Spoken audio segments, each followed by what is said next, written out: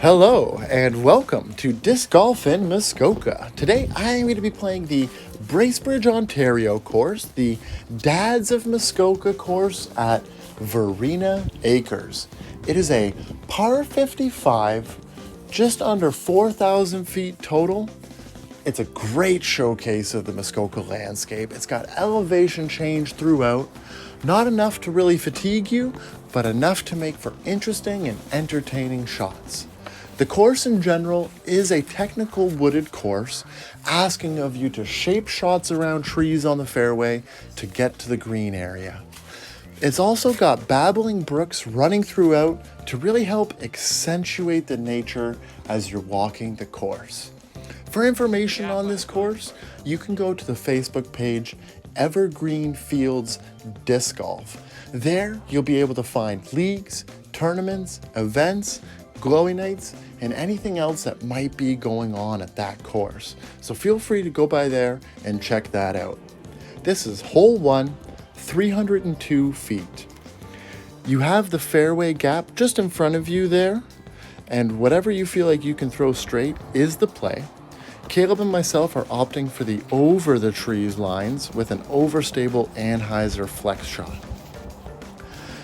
I'm going to end up quite long, and I'm just going to have to make a sidearm approach shot back to the green area. Caleb is left with about a 35-foot putt here, and I'm left with about a 22-foot putt.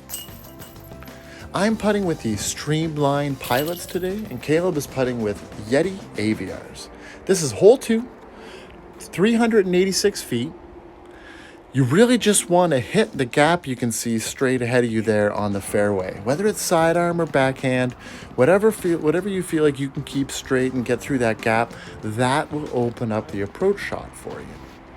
I ended up hitting the trees, landing center fairway, so I'll have a pretty easy up and down sidearm shot. Just try and get to the green area. Caleb actually is going to have about 100 to 110 foot putt left. Really good bid. The 2 on hole 2 is infamous. So really, if you get a 3 on this hole, that's fantastic. I'm going to be just short on my putt there. I'm going to have to take a 4, but that's all right as well. Arguably one of the harder holes on the course. Caleb's going to tap in the 3. We're going to move into hole 3. 235 feet. This used to be the old hole 1. It's a nice tunnel fairway shot. The trick here is that it has a big ravine to either the left or the right of the fairway. Caleb's going to show you the left side ravine. Nice upshot with his maiden. And I am going to show you the right side ravine.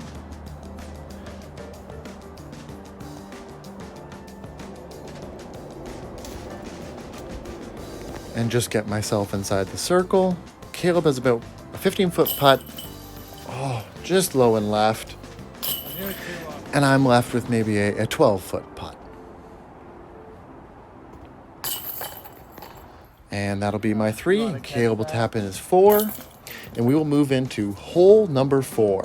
129 feet. This is a short, technical hole. You're almost just putting at it because it's just straight downhill. Whatever you can get to just kind of crest the hill next to the arrow tree there is probably the play. I ended up a little bit short, so I'm going to give this a bid and end up opening it up wide, hitting the ground on the other side. So I'm going to have to take my OB stroke and go to the other side of the creek. Caleb's going to park. Too bad. I got the 2. Plain and simple. Yeah, if you just would have went right in the water, you'd be fine. Thanks. Oh, and I got this nice tree. My favorite tree. So I'm looking at a tree putt here. I like to add just a little extra steam to my normal putt and just try to punch through and hit the basket. This is hole 5, 238 feet. It's really asking for a nice sweeping Anheuser shot, but you almost need to do a kind of a rounding motion to get the wide left release to a nice sweeping line. Caleb's going to be a little bit inside, kick to the left side of the fairway here.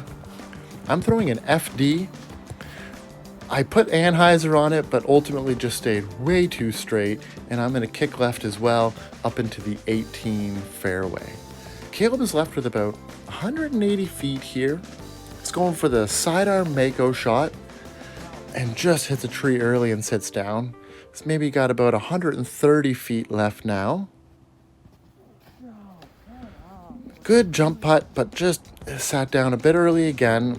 I have to finesse some trees here. I'm just trying to get my putter up there and get close to the basket. Caleb with about 80 feet left, gonna go for another jump putt. I'm just gonna be slightly wide, but that's fine. Ooh, and I just splash out on that putt there, so I'm gonna end up tapping in my 4. Caleb's gonna tap in his 5, and we will move into hole 6. 224 feet. The landscape here is really, it's just straight and flat, and then it falls off into a hill into the green area that you'll see here. So Caleb pitches up there for 2. He missed my drive for filming, so this is where I ended up for my birdie look. I'm a little bit low, so I'll just tap in my 3 here. Caleb will tap in his 3 as well. And we will move into hole number 7. 105 feet. This hole is one of the signature holes in Bracebridge. It really just, you're throwing straight up a hill. I'm wide, so I'm gonna hit the tree, bounce down the right side of the hill.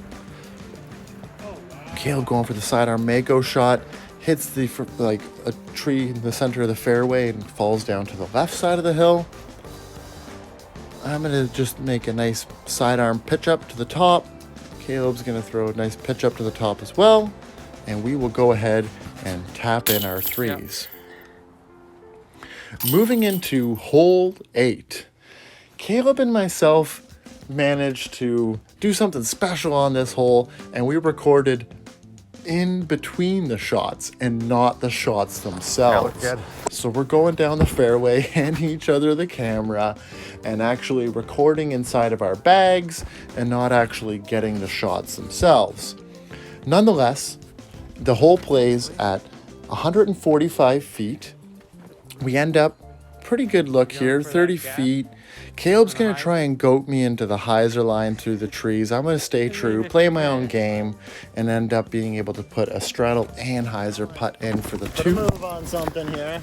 I And also knew Caleb ended up parking this hole, so he's going to be right next to the basket here. Oh, it's still filming. And he will tap in his 2 as well, and we will get our first star frame of the round. Hole number 9, 160 feet. There's a huge ravine to the left-hand side here, so you really want to emphasize staying straight to right. And also the green falls into a hill as well, so you'd want to have nice touch on the distance and make sure that you're staying straight and right. I've got about a 25-foot downhill putt here. I'll get that for the 2, and Caleb parked the hole again, so he's just going to tap in his 2 as well. And that will be the Bracebridge front 9. Thank you very much for joining me today, and I'll catch you on the next one.